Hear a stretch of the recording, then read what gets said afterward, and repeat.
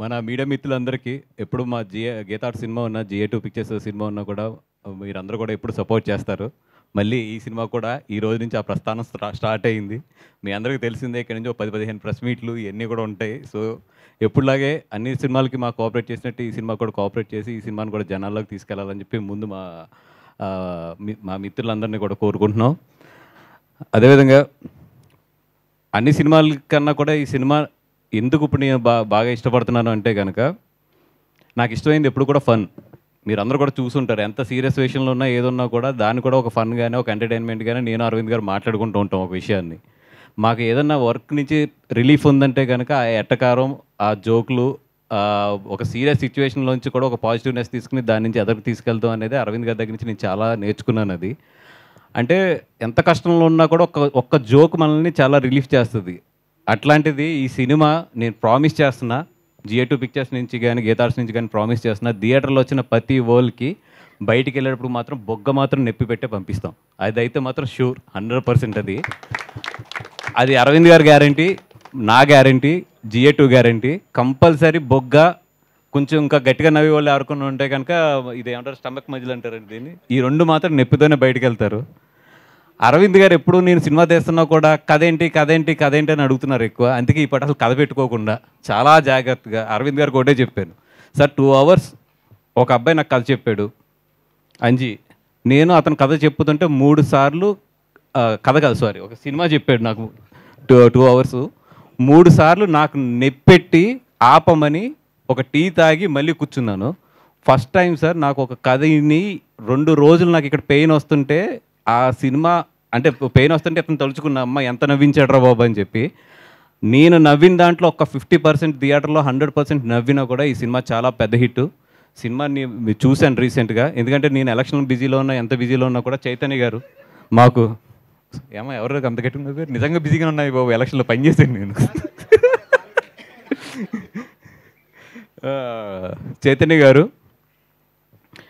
అంటే నాకు నిజంగా ఈ సినిమాకి ఒక బ్రదర్ లాగా ఆయన సపోర్ట్ చేసుకుంటూ వచ్చారు. నిజంగా చైతన్య గారు లేకపోతే కనుక ఈ సినిమాకి నేను పెంచిన వడ్డీలు కానీ నా వల్ల లేట్ అయిన ఖర్చు కానీ అన్నిటికీ అరవింద్ గారు వాటిని నన్ను 2 సార్లు చంపేసేవారు. నిజంగా చైతన్య గారు నేను లేకపోయినా కూడా నా ఆప్షన్స్లో ఆయన ఉండి, నేను ఎలాగైతే అరవింద్ గారికి ఒక సినిమా విషయంలో సపోర్ట్గా ఉంటానో అలాగే నాకు ఆయన మొత్తం సపోర్ట్గా ఉండి ఎడిటింగ్ కానీ లేకపోతే మన అంజి గారికి ఆయన ఫస్ట్ సినిమా చేస్తున్నారు కాబట్టి త్రూ అవుట్ ఆయనతో సపోర్ట్గా ఉండి వాళ్ళిద్దరు డిస్కస్ చేసి ఈ సినిమాని ఈరోజు ఇంత బాగా బ్యూటిఫుల్గా మీరు చూస్తున్న విజువల్స్ కానీ మీరు చూస్తున్న ఒక RR కానీ ఈ అన్ని విషయాల్లోని కూడా వాళ్ళిద్దరూ చాలా సింక్ చేసుకుంటూ కోఆర్డినేట్ చేసుకుంటూ కూడా ఈ సినిమాని చాలా ఎదురుకు తీసుకొచ్చారు.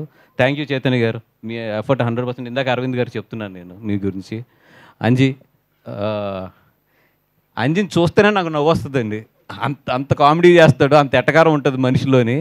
ఇంకా స్క్రీన్లో అయితే వాళ్ళ ముగ్గురు మధ్యలో సీన్స్ అయితే 100% థియేటర్లో పడి నవ్వుతారు. దాంట్లో అయితే ఎటువంటి ఐఎమ్ షూర్ ఈ సినిమా 100% బయటకు వచ్చిన తర్వాత ఏదైనా గుర్తుంటుందంటే మాత్రం మీరు నవ్వుకునే ఇన్సిడెంట్లు, అలాగే ఇన్స్టా మేమర్స్ కానీ మేమర్స్ అందరూ కూడా మంచి కంటెంట్ దొరుకుతుంది సినిమాలో. మీరు అందరూ కూడా బాగా చూడండి, మమ్మల్ని బాగా ఆడుకుంటారు కూడా, ఆడుకోండి ఏం పర్వాలేదు. అండ్ మా నాని నితిన్ గారి గురించి అంటే ఈ కథ చెప్పినప్పుడు ఆయన దగ్గరికి వెళ్ళి చెప్తున్నామంటే ఓకే డైరెక్టర్ గారు అడుగుతున్నారు కదా వెళ్ళి చెప్పండి అనుకున్నాను, కానీ ఎందుకంటే ఆయన ఒప్పుకుంటారా లేదా అనేది నా మైండ్లో చాలా డౌట్ ఉండేది.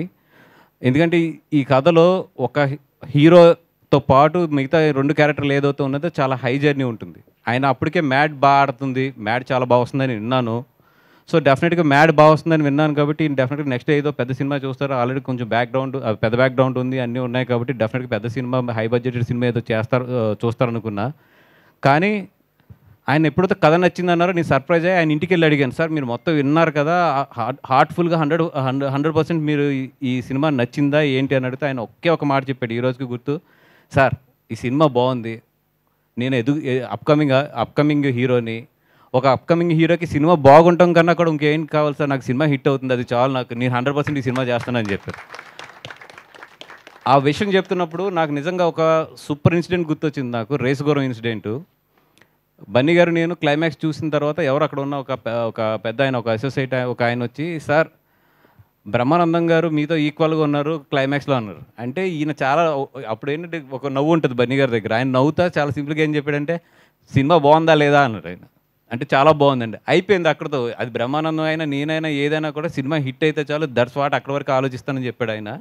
నిజంగా ఆ మాట చాలా పెద్ద మాట అది. ఏంటంటే ఒక ఒక ఎనీథింగ్ దేనికన్నా కూడా ఒక సినిమా అనేది ఎంత ఇంపార్టెంట్ అనేది నిజంగా మరి నితిన్ గారికి ఎలాగ తెలిసిందో కానీ అది చాలా బాగా ఆ రోజు మాట అలా గుర్తుండిపోయింది నాకు. అండ్ ఇంకా ఎదురెదురు చాలా ఫంక్షన్స్ ఉన్నాయి కాబట్టి ఎక్కువ మాట్లాడి బోర్ కొట్టించుకోండి. మా అజయ్ గురించి చెప్పాలి ఈరోజు మెయిన్ అయితే. అజయ్ అర్సాడా మిస్సింగ్ సినిమా అనే ఒక సినిమా చూశాను. దాంట్లో ఆర్ఆర్ గురించి నిజంగా చాలా బాగా ఫీల్ అయ్యి నేను ఆ రోజే పిలిచి నేను డెఫినెట్గా నీతో ఒక సినిమా చేస్తానన్నాను. తర్వాత అతనితో చాలాసార్లు మాట్లాడి మొన్న తీసుకొచ్చి ఈ సినిమా ఆర్ఆర్ చేయమని అడిగి అదే ఆర్ఆర్ నచ్చడంతో అతనితో ఇంకో 2 సాంగ్స్ కూడా చేయించుకున్నాం ఇమ్మీడియట్లీ. నిజంగా ఎంత ఎంత హ్యాపీగా ఉందంటే నాకు వర్క్ పక్క రూమ్లోకి తీసుకొచ్చాడు మొత్తం తన సిస్టమ్ అంతా కూడా. మామూలు జనరల్గా ఏంటంటే మేము ఒక ఆర్ఆర్ చేయించుకోవాలంటే కేరళ వెళ్తామో లేదా చెన్నై వెళ్తామో చాలా చాలా ట్రావెల్ చేయాలి, ఆ లాస్ట్ మినిట్ హెక్టెక్స్ ఇవన్నీ ఉంటాయి.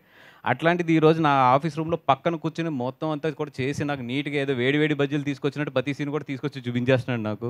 నిజంగా థ్యాంక్ యూ అర్షద్, నాకు చాలా స్ట్రెస్ పని తగ్గించారు మా అందరికీ. అండ్ డెఫినెట్గా హైదరాబాద్లో ఉన్న మ్యూజిక్ డైరెక్టర్స్ అందరూ ఎంత మంచి జర్నీ చేశారు ఇప్పుడు వరకు.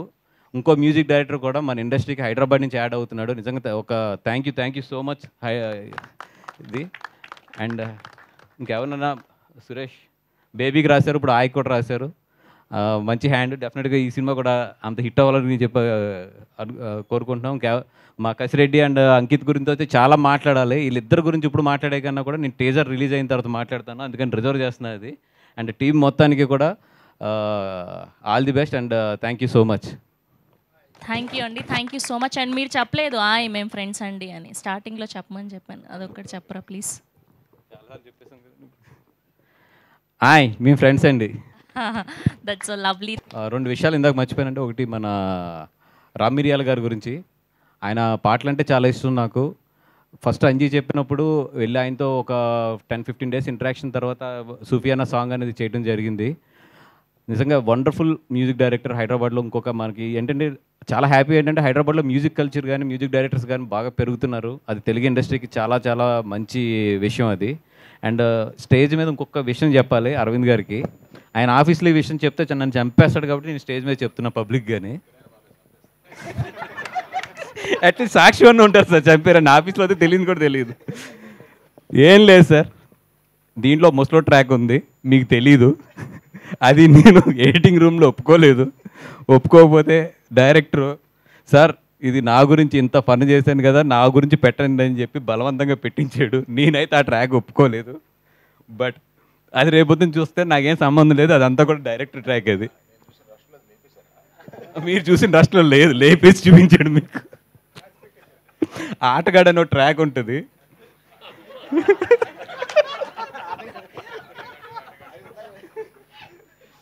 అంటే